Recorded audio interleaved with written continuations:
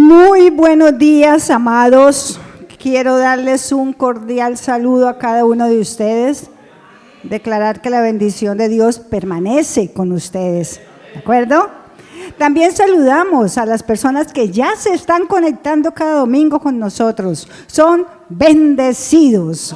Sigan conectándose porque hoy viene la palabra por medio del Espíritu Santo. María Teresa solo pone su boquita y su cuerpo, pero el Espíritu Santo va a llevar esa palabra a tu corazón. ¿De acuerdo? El Espíritu Santo va a tocar tu corazón, va a ministrar tu vida y te va a llevar a un nivel mayor espiritualmente.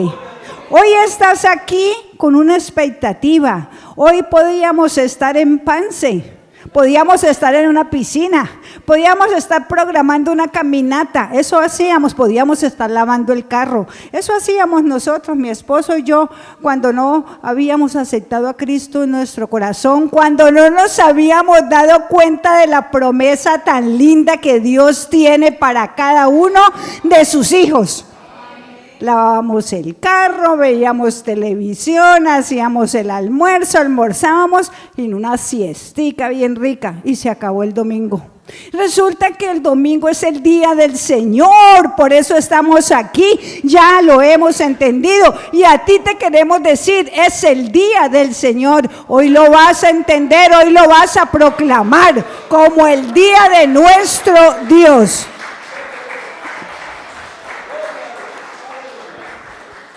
Yo digo, Señor, ten misericordia de mí. ¿Tú puedes decirlo?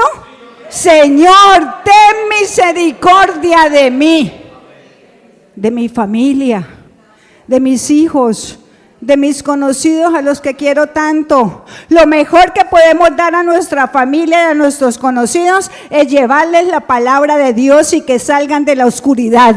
Lo mejor que podemos entregarle a nuestros amados familiares es mostrarles lo que Dios ha hecho en nuestra vida.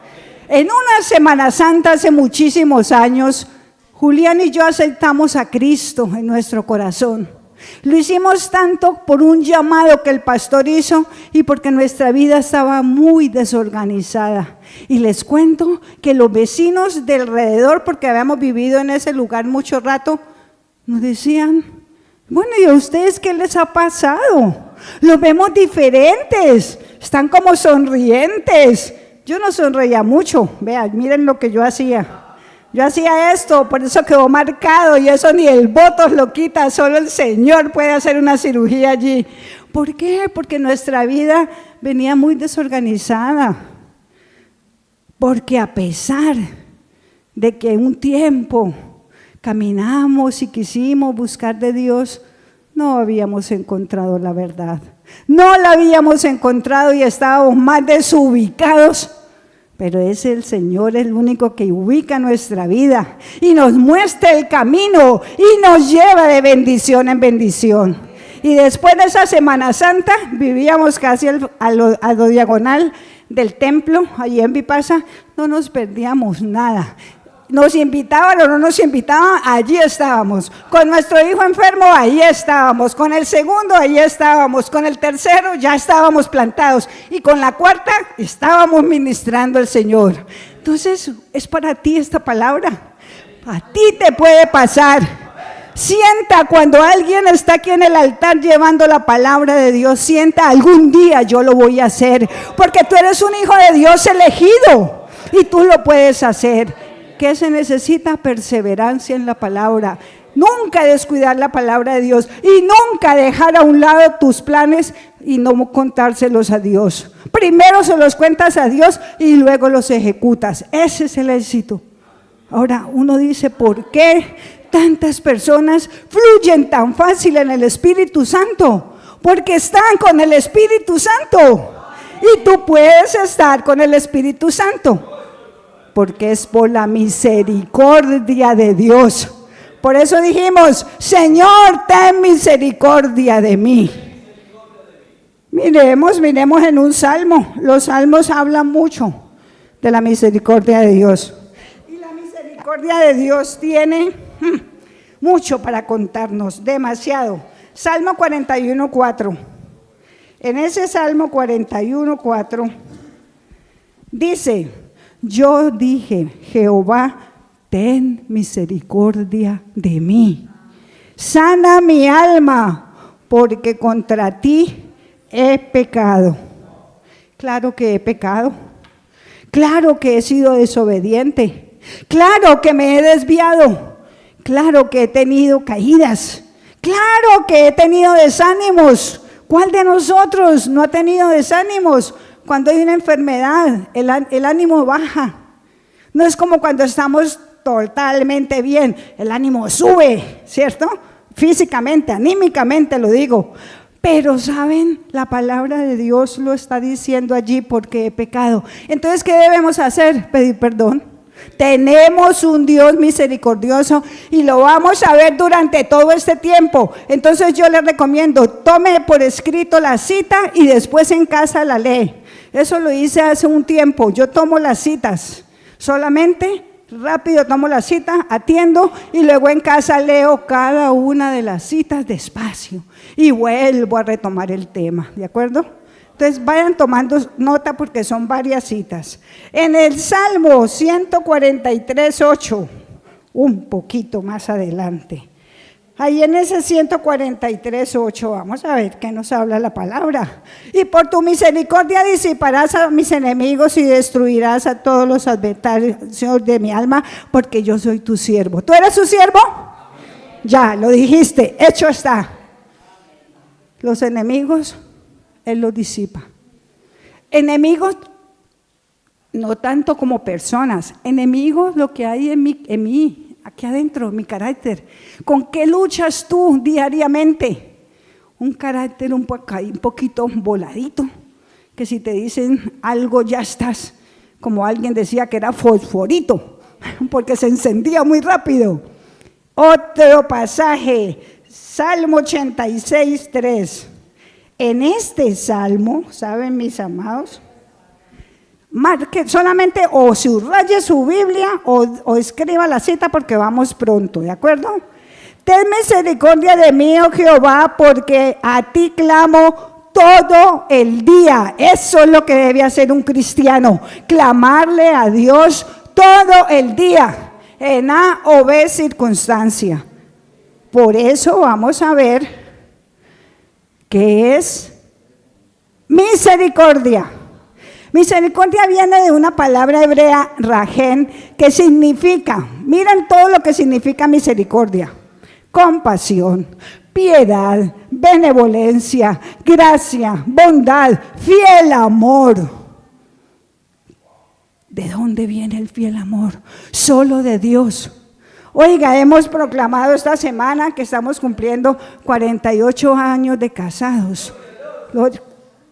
Gloria a Dios, pero no por nosotros, es por la misericordia de Dios. Ese fiel amor que se va desarrollando en la pareja viene de Dios. Por uno caería muchas veces, por la persona en sí, como somos, de fáciles desviarnos caeríamos, pero por la misericordia de Dios ha llegado el momento de celebrar, ¿cierto? Vamos a celebrar, ¿de acuerdo? Dio la palabra totalmente, ¿cierto? Resulta que la manifestación que Dios ha tenido con usted y conmigo es de misericordia. Y ahí va nuestra familia, y ahí va ese hijo que no quiere aceptar de Cristo, y ahí va ese esposo que no está de acuerdo que vengas a la iglesia, y ahí está ese familiar que te hace la guerra cada vez que se reúnen en familia. Misericordia debemos tener con él, porque Dios la tuvo con nosotros, así es, ¿cierto? Entonces vemos que la palabra misericordia y la palabra gracia a veces se confunden, son bien parecidas. Misericordia dice que es precisamente que Dios no nos castigue por el pecado que hemos hecho de la forma que lo merecemos. Así dice, que la forma en que lo merecemos. Proverbios 28:13. En este Proverbio 28:13 nos está diciendo: el que encubre sus pecados no prosperará. Oiga, Pastor Rito, usted habló de la prosperidad y a veces nosotros mismos omitimos la prosperidad por nuestra voluntad. Mas el que confiesa y se aparta, alcanzará misericordia. Y ustedes saben que para Dios no hay pecado pequeño y pecado grandotote, que para Dios no hay mentira piadosa. Lo sabemos desde el principio, ¿cierto? Entonces, esta palabra que nos está dando la palabra misma, la Biblia nos está aclarando. ¿Por qué se ha confundido entonces? Gracia y misericordia. Gracia es que Dios nos bendiga, aunque no lo merezcamos.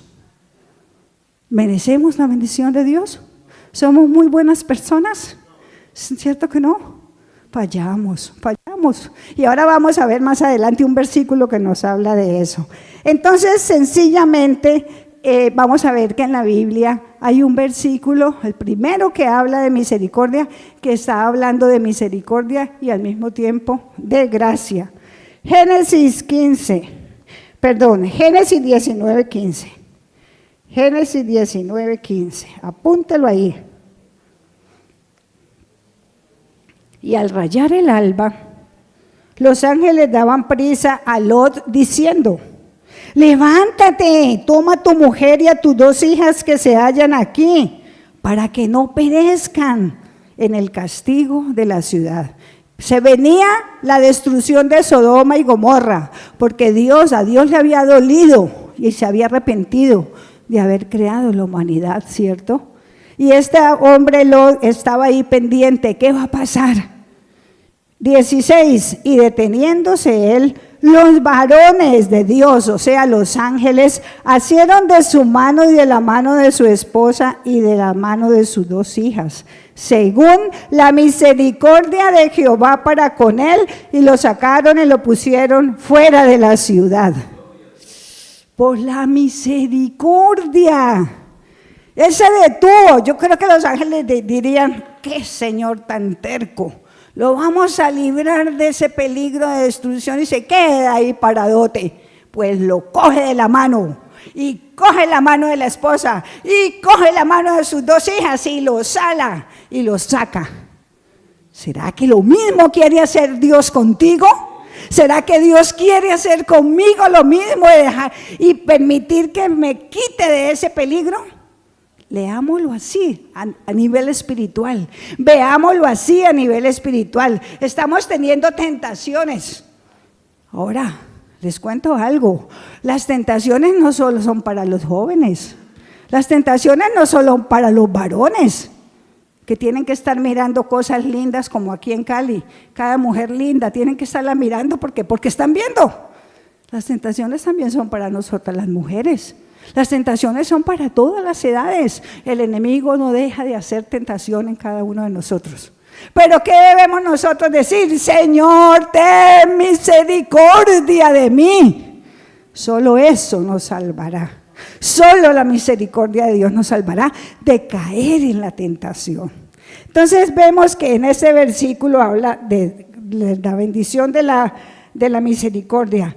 He aquí ahora ha hallado vuestro siervo gracia en vuestros ojos, y habéis engrandecido vuestra misericordia que habéis hecho conmigo, dándome la vida.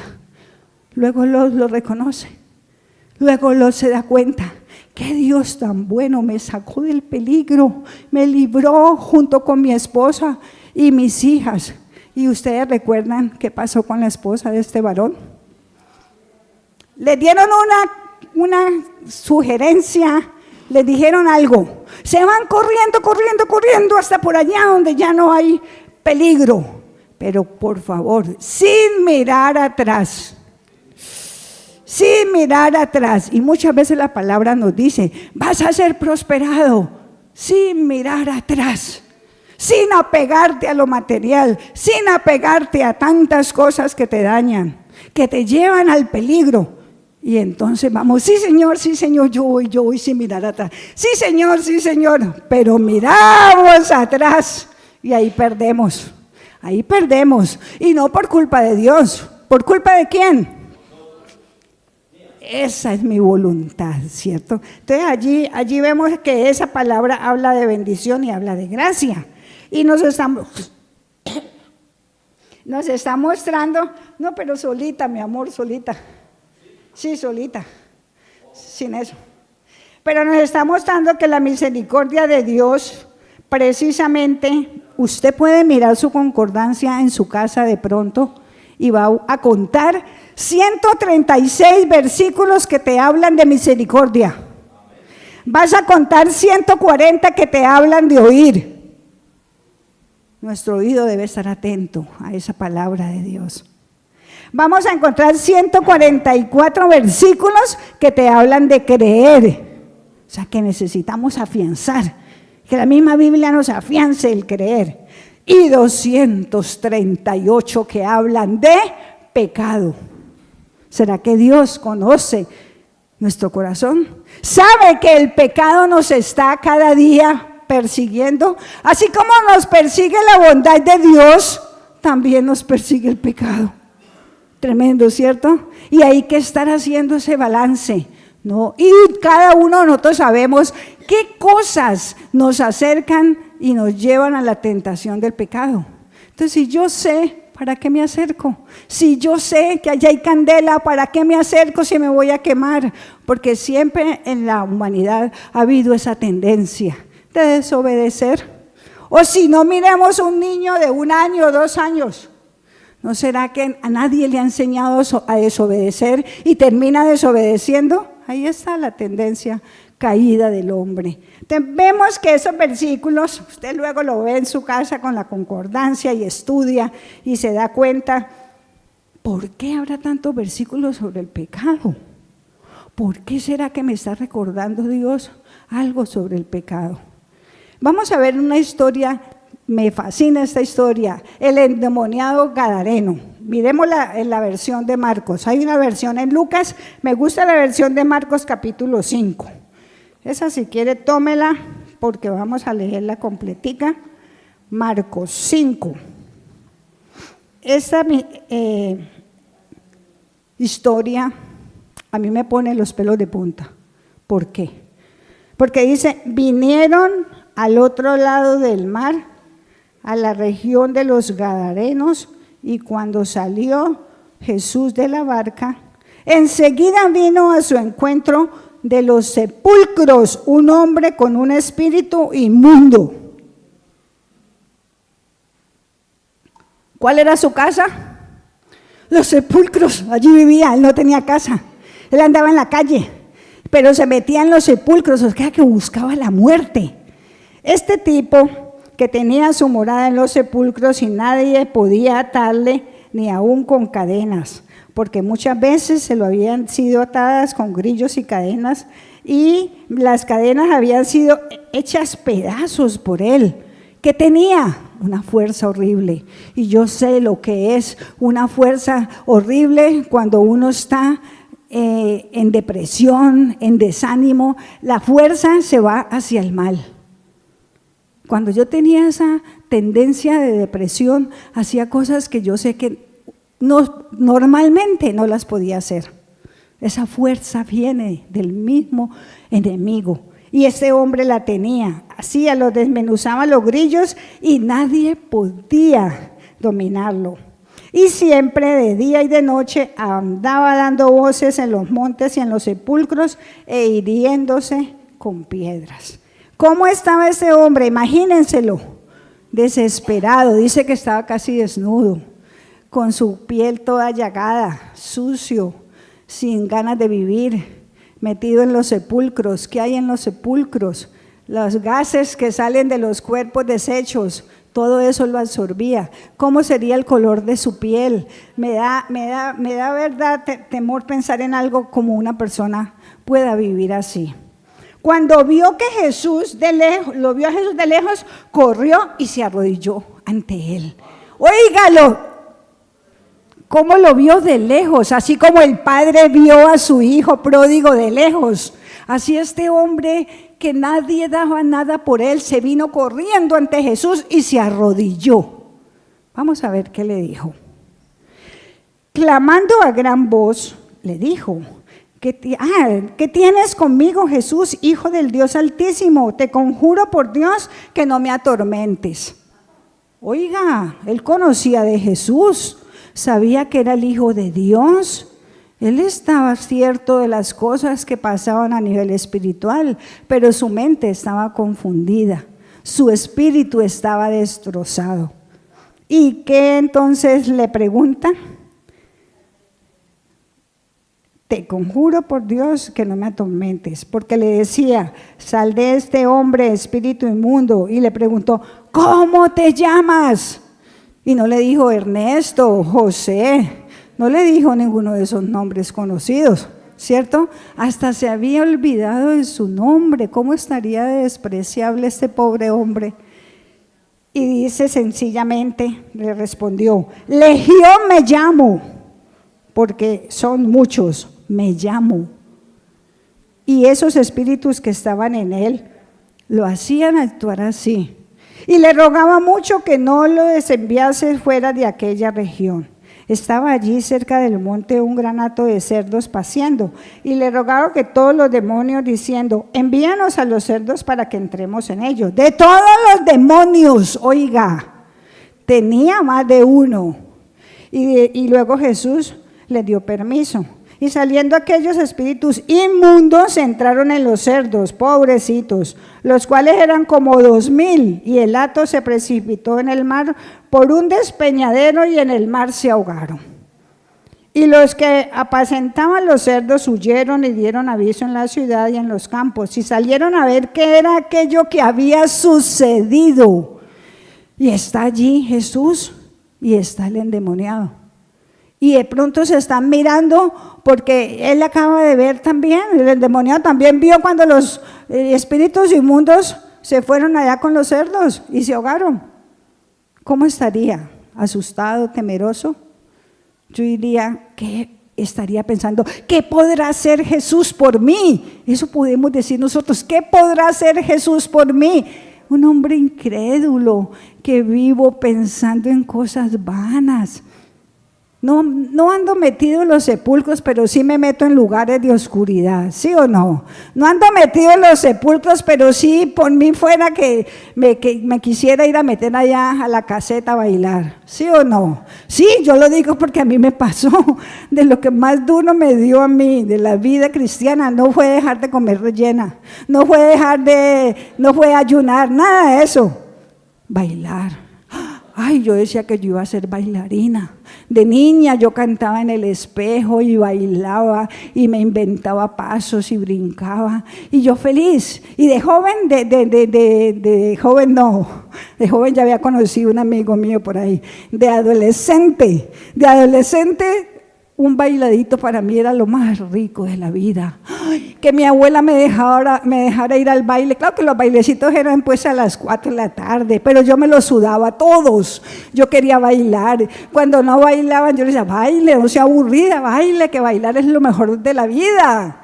Y todas esas cosas vienen de nuestros antepasados. De pronto a usted no le gustó el baile, a usted le gustaron otras cosas. No me digan que no.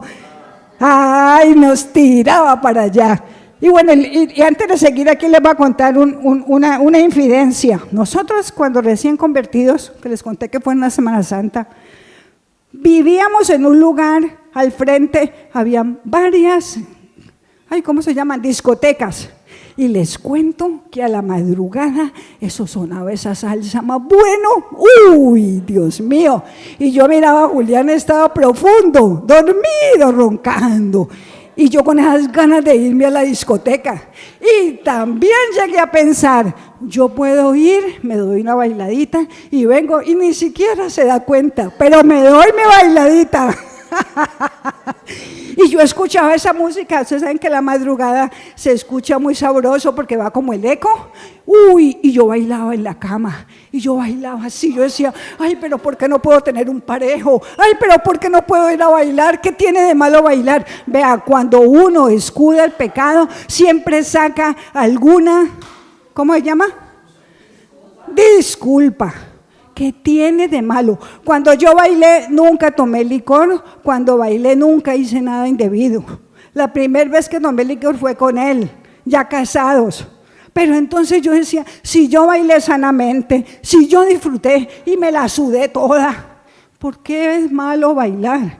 ¿Qué tiene de malo bailar? Y vivía en mi mente toda esa cosa allí. Y ya estábamos en la iglesia, y yo tenía eso allí guardado. Ya les voy a decir de dónde viene eso y se los confieso.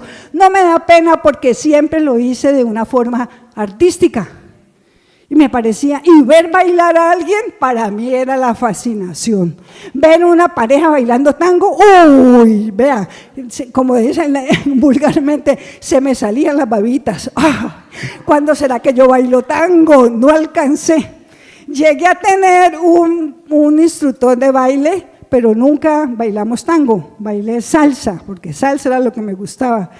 Y entonces el instructor me decía, pero es que tú bailas muy bien, tenemos que pasar a otro nivel. Y cosas así se dieron en mi vida, pero fíjense ustedes, teniendo a Dios en mi corazón, yo anhelaba cosas de atrás. Teniendo a Dios en mi corazón, ¿qué anhelabas tú? ¿O qué sigues anhelando? ¿Qué sigues anhelando teniendo a Dios en tu corazón? Porque esa es la mentalidad del hombre. Eso es lo que pasa y nosotros a veces escondemos esas cosas y más difícilmente salimos de ellas. ¿Sí o no? No se me queden calladitos porque ya les vi la carita que están haciendo. ¿Qué pasó con este personaje? La gente se alborotó, la gente dijo, ¿qué pasó? El mismo endemoniado dijo, ay, ese poco de cerdos se ahogaron, Dios mío. Y 15, vienen a Jesús y ven al que había sido atormentado del demonio y que había tenido la legión sentado, imagínenselo, sentado, vestido, antes andaba sin ropa y mínimo que esa ropa estaba buena, bonita, y en juicio cabal, peinadito, bañadito, arregladito, todo pispo. Y les contaron lo que habían visto, cómo le habían acontecido al que había tenido el demonio. Oiga, la gente lo está diciendo, la gente está contando. Y les contaron lo de los cerdos. Comenzaron a rogarle que se fuera de los contornos, ¿a quién? A Jesús.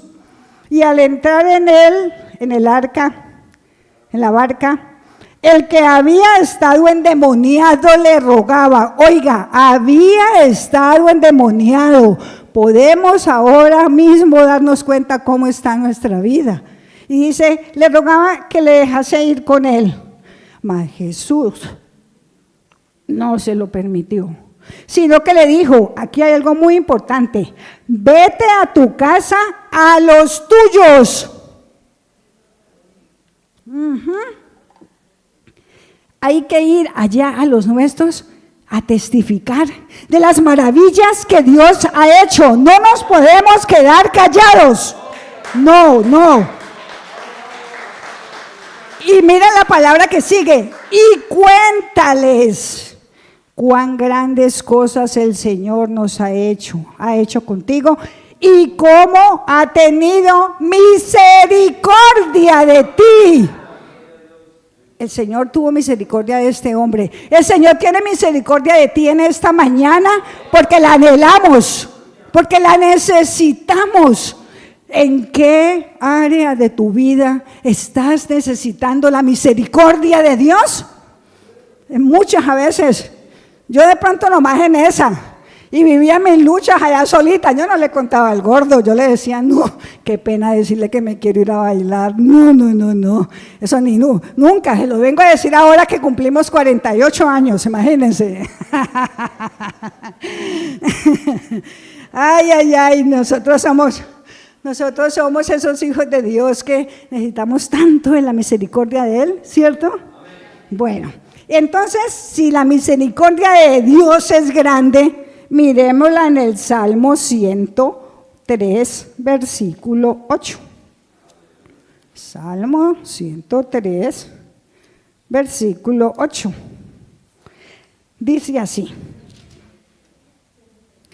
misericordioso y clemente es Jehová, lento para la ira y grande misericordia. ¿Grande? ¿Qué digo grande? Grandísimo. Grandísimo. ¿Qué digo grandísimo? Grandotote. ¿Qué digo grandotote? Inmenso. La misericordia de Dios es inmensa.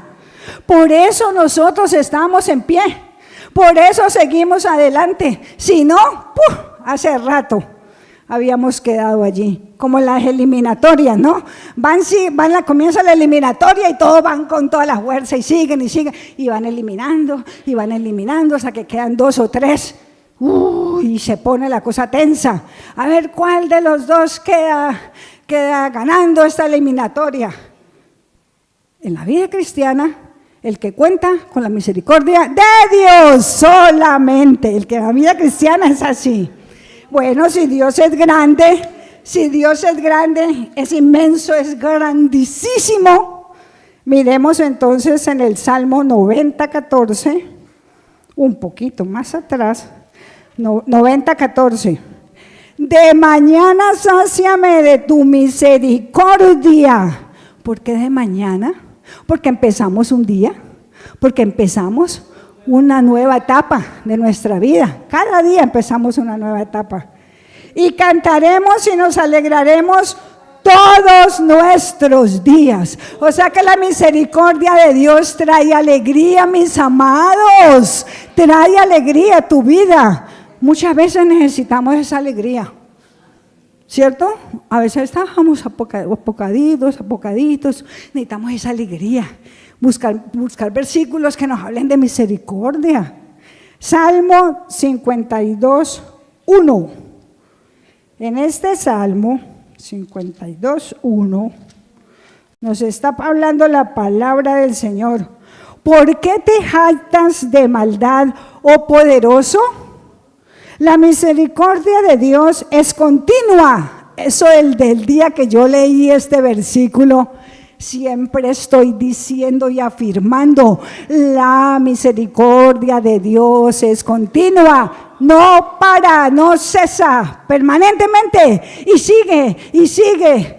Vamos a ver un versículo tremendo, que aun cuando nosotros, ¿cómo se dice? Bueno, pecamos, ahí vuelve de nuevo la misericordia de Dios, o sea que sí es continua. Por eso nuestra confesión diaria, ¿cómo debe ser? A ver, mis amados, ¿quién puede decirme? Si la misericordia de Dios continua, ¿cómo debe ser nuestra confesión diaria? ¿Una qué? Pedir perdón a diario. ¿Qué más? Participemos. ¿Qué puede ser? Buscar más de su presencia. Gracias. Están calienticos. Aquí la que nos puede contar es la que dirige la alabanza. Eso. Por allá. Eso. Salmo 117. Alabad a Jehová, naciones todas, pueblos todos, alabadle, porque ha engrandecido sobre nosotros su misericordia. La ha engrandecido, vea. Qué lindo, hermano Juan Pablo, con esa lámina que pusiste. Así debemos permanecer ante Dios, con nuestras manos en alto, dependiendo de Él y alabándolo por esa misericordia, ¿cierto? Bueno, entonces vamos a ver. Yo te hago una pregunta. ¿Tú invocas a Dios? ¿Cuando te caes? ¿Cuando te tropiezas? ¿Cuando te falta comidita? ¿Cuando no te alcanza la platica? ¿Cuando no salen las cosas como yo quiero? Salmo 86:3.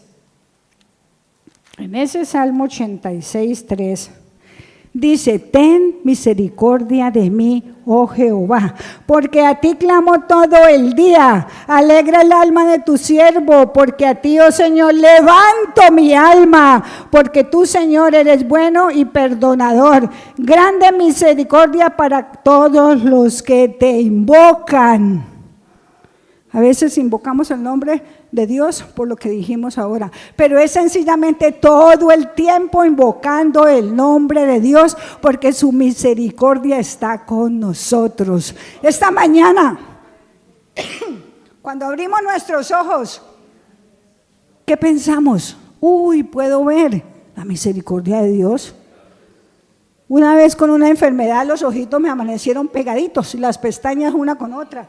No podía ver, pero no porque estaba ciega, no, yo no estaba ciega, era que estaba con los ojitos pegaditos, así bien agarradito una pestaña con la otra y no podía ver. Uy, qué tremendo, ¿verdad? Será no poder ver de verdad, es una cosa tremenda, pero damos gracias a Dios por su misericordia cuando nos despertamos, ¿cierto? Y sentimos que estamos completicos y nos desperezamos y comenzamos a pensar, ¿qué bendición tendrá Dios para mí en esta mañana? ¿Qué misericordia nueva voy a ver hoy en este día? Bueno, entonces sí, buscamos a Dios. ¿También buscas consolación? Claro, ¿en quién más? ¿En quién más podemos buscar si no en nuestro Dios? Salmo 119. Ese es Salmo 119, versículos 76 y 77. El 76. Sea ahora tu misericordia para consolarme, conforme a lo que has dicho a tu siervo. Vengan a mí tus misericordias para que viva, porque tu ley es mi delicia. Antes anhelábamos y nuestra delicia eran otras cosas. Yo ya entendí que no puedo llegar a ser bailarina. Estuve en la danza, no les he contado. Hace un tiempo teníamos una iglesia muy grande con muchos jóvenes y había muchas cosas y yo sentía que llegué como el nivel, como que uno siente un nivel de aquí ya, ¿qué me van a nombrar? Pastora, no sé qué será que me va a nombrar el pastor, pero estábamos en un nivel allí y yo decía, ese es el peligro para uno ufanarse. Ay, sí, vea, miren lo que soy, aquí estoy, todos me deben obedecer, como hace el hombre vano. Y yo dije, me voy a someter a las chicas de la danza. Y como me gusta la danza, ya no el baile, ¿no? Ya no el baile, la danza. Yo quiero experimentar cómo es danzarle a Dios. Y me sometí a las niñas, a las jóvenes que dirigían la alabanza y nos reuníamos los sábados y teníamos que aprender versículos y ellas ponían tareas y yo, la pastora, hacía las tareas y ellas se reían, esa pastora, pero a usted no la obligamos que haga esas tareas, usted tiene muchas cosas que hacer. No, pero yo me quiero someter, quiero saber qué es estar uno sometido también, así como otras personas están sometidas a uno. Y una vez tuvieron que hacerme una operación y yo dije, bueno, si me quedo en la operación, que es una de las cosas que pueden pasar, hay que ser realistas, ¿cierto? Si en la operación me quedo, he danzado al Señor con todo mi corazón, con mi vestido blanco, toda linda, con el uniforme en medio de las jóvenes, ¿no? Y dancé ese domingo. Al lunes era la operación. Cuando todo pasó, yo dije, ay Señor, gracias, me regalaste la vida, te quiero seguir danzando. Y seguí danzando con las jóvenes. Después tuvimos con nuestro hijo Samuel un grupo de jóvenes enorme, la cosa más linda, un mover del Espíritu Santo súper especial. Y allá me metí. Y allá no danzaba ya con danza dirigida, que se hacen los pasos iguales, no, cada uno dance como quiera, cada uno salte como David, cada uno brinque como quiera, y así eran los jóvenes, y yo danzaba y brincaba, junto con ellos salía sudando la gota. De verdad que fue una de las mejores épocas en el tiempo de ministrar, una de las mejores épocas. Si mi delicia era el Señor, también mi delicia era danzar. ¿Cuál es tu delicia? ¿En qué te deleitas tú cuando piensas en el Señor? ¿Qué haces tú cuando estás agradecido con Dios? ¿Qué le dices a Dios con ese amor entrañable?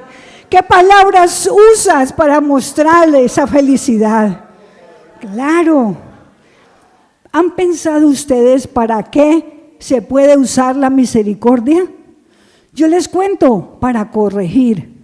En el Proverbio 16:6 En este proverbio nos está mostrando que sirve para corregir. Con misericordia y verdad se corrige el pecado. Con el temor de Jehová los hombres se apartan del mal. Diga gloria a Dios. Que los hombres se aparten del mal. A veces lo queremos hacer a la fuerza. Las esposas que, yo no tuve esa experiencia, pero las esposas que tienen su esposo que no es creyente, se le ponen la Biblia, le dicen la Biblia. ¿Saben qué es el error más tremendo que cometen ellas? Decirles que sea como el pastor. Es que usted viera ese pastor como es, usted viera ese pastor, y le ponen y le refresca el pastor. Pues lógicamente que el pastor es un hombre entregado a Dios, pero su marido no, entonces use otras formas para atraerlo. Con misericordia. Si él está cometiendo esos errores, siempre pongámonos en los zapatos del otro. ¿Cuáles fueron los errores que yo cometí antes de que Dios tuviera misericordia de mí? Y con los jóvenes, ni se diga. Para mí los jóvenes son intocables. Para mí los jóvenes son algo especial, porque están en una transición de llegar a ser adultos consagrados a Dios, como fueron nuestros hijos. Pero cuando están así, jovencitos, cometen errores hasta inocentemente. Y aquí viene lo que les iba a contar de nuestros antepasados. ¿Por qué te enojas? Porque tu hijo es mal geniado.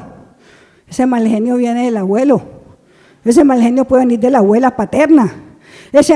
Hay que leer algo de psicología para darnos cuenta que hemos traído y hemos arrastrado de generación en generación ruinas y ataduras y nosotros ni sabíamos.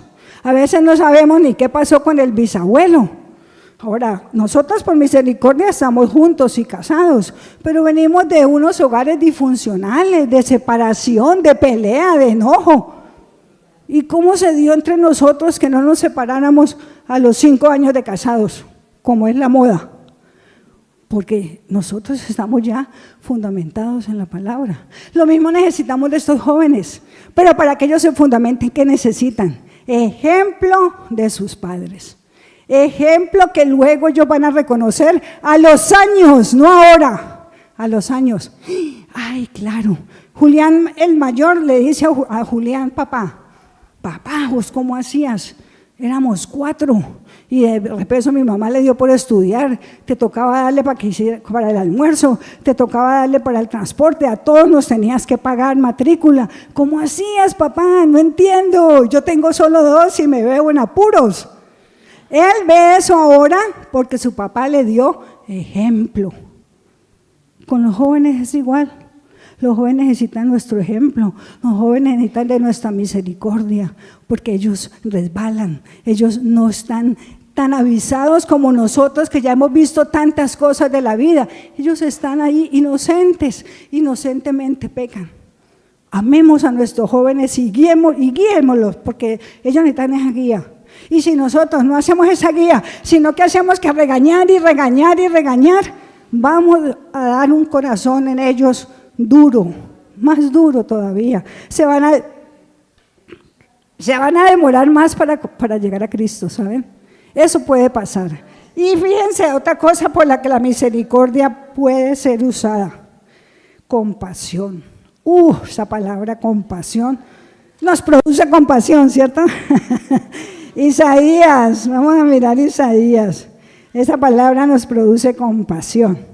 Isaías, precisamente en el 54:8, está hablando: con un poco de ira escondí mi rostro de ti por un momento. Ponga ahí su nombre. Uy, sí. ¿Cuántas veces Dios sintió eso por mi pecado, por mi desobediencia, por mi terquedad? Pero con misericordia eterna tendré compasión de ti, dijo Jehová tu Redentor. Compasión eterna, o sea que viene todavía siendo la misericordia eterna.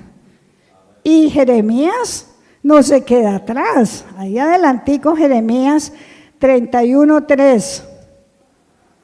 31:3. Jehová se manifestó a mí hace ya mucho tiempo diciendo: con amor eterno te he amado, por tanto te prolongué mi misericordia. ¿Qué es prolongar? Alargar. Yo creo que de acuerdo al pecado, Dios tiene que prolongar esa misericordia, ¿cierto? Yo creo que de acuerdo a lo que Dios ve en nuestro corazón, tiene que prolongar esa misericordia, de lo contrario no podríamos seguir adelante. Colgaríamos la toalla y diríamos: hasta aquí, no puedo más. Y vamos a ver si Dios tiene en cuenta que si recibo misericordia también debo dar misericordia. Mateo 5:7. Mateo 5:7 nos está aclarando algo muy básico. Bienaventurados los misericordiosos, porque ellos alcanzarán misericordia. O sea, doy misericordia y recibo misericordia. Y hay uno parecido, Lucas 10:37. Lucas 10:37. A ver, don Lucas, ¿para dónde se fue?